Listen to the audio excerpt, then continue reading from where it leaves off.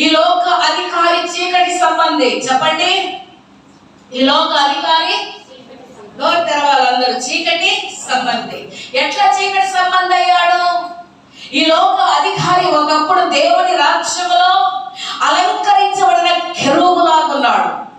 7 ప్రధాన దూతలలో ఈ లోక అధికారి లూసిఫర్ అనేటటువంటి వాడు అలంకరించబడిన కెరూబు, ప్రకాశమానమైన కెరూబుగా, వేకువ చుక్కగా, తేజో నక్షత్రముగా అద్భుతంగా ఆ దూతను దేవుడు చేస్తే ఆ యొక్క దూత మనస్సులోనికి చెడ్డ తలంపు వచ్చింది. ఆ చెడ్డ తలంపు సామాన్యమైనది కాదు, దేవుని వ్యతిరేకమైన క్రియ తనలో మొలిచింది. కనుక దేవుడు తనని శపించినప్పుడు ఆ తేజ నక్షత్రము, వేకువ చుక్క, అలంకరించబడిన కెరూబు, మండుచున్న రాళ్ల మధ్య వజ్ర వైడూర్యములతో ప్రకాశిస్తున్న కెరూబు కాస్త ఏమైందంటే చీకటైపోయింది. ఏమైంది? నలుపెక్కింది. యెహెజ్కేలు గ్రంథంలో రాయబడి ఉంటది.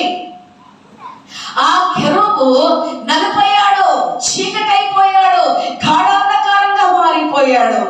పడద్రోసాడు దేవుడు అతన్ని.